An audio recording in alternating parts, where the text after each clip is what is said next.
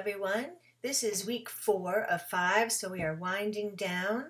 I wanted to just go over some of the assignments and things that are due this week. So we're on week 4 of the lesson book. We're going to go to the lesson book and open up week 4.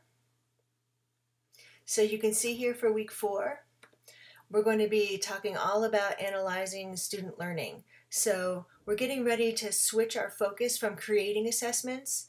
Now we're going to be looking at the data and the student results. What can the students do, and what did they learn? So now we're going to be analyzing student learning both as a group and a whole and from the individual standpoint. So the first part of that that's so important is this feedback. You want to make sure that you look at both of these readings, the 7 keys to effective feedback. They're part of your assignment for this week. You're going to read the text, chapters 9 and 10, and then you'll have an online module. You'll also have your first 4 parts for your second project. I know that's a lot of numbers. For your Analyzing Student Learning project, the first 4 parts are due this week. So make sure you get going on that. But before you do your ASL, you want to make sure that you do the online module because it's sort of a warm-up for you. So the online module, we'll go to that.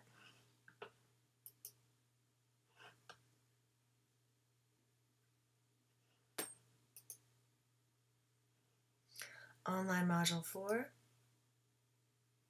And here are your directions.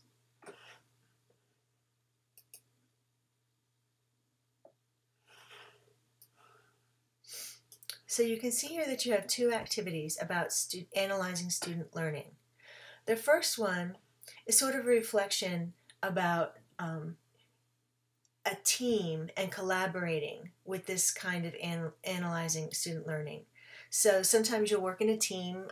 It may be a team that's all the same grade level, or it might be a team that's all the same content area, or it might be a multidisciplinary or an interdisciplinary team.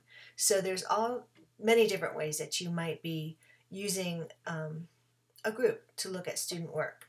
So I want you to read the articles about that, and then I want you to make a T-chart of the pros and the cons. What's good about using a team to look at student work and what's not so good about it.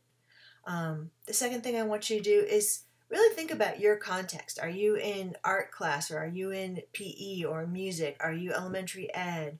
Are you special ed? What do you think is the #1 strength of working with a team to analyze student data? And then I want you to sort of explain your answer. Why is that such a strength for your context? And then I want you to look at the flip side of that coin, and I want you to think about what's the #1 weakness of using this process for evaluating student work. And I want you to explain your answer there. The second part is going to be sort of a practice for your ASL. And that's where you're going to be working on analyzing student learning. And part of that is looking for trends, looking for patterns of what students did right, patterns of what students didn't do right, why they didn't get things right. Those would be the misconceptions. And then it doesn't make any sense for a teacher to do all of that analysis and then not think about recommendations for what could make this better next time, both for instruction and assessment. So that's a really important part of your ASL as well. So that's what I'm asking you to practice here. You'll all go to this link, which is, I think it's a 5th grade math, and it's a gumball example. They all had to think about gumballs in a gumball machine. So go ahead and answer these questions using this set of data. Okay, and that's what you'll have for your online module this week. Once you finish this, you'll be ready to get going on your ASL.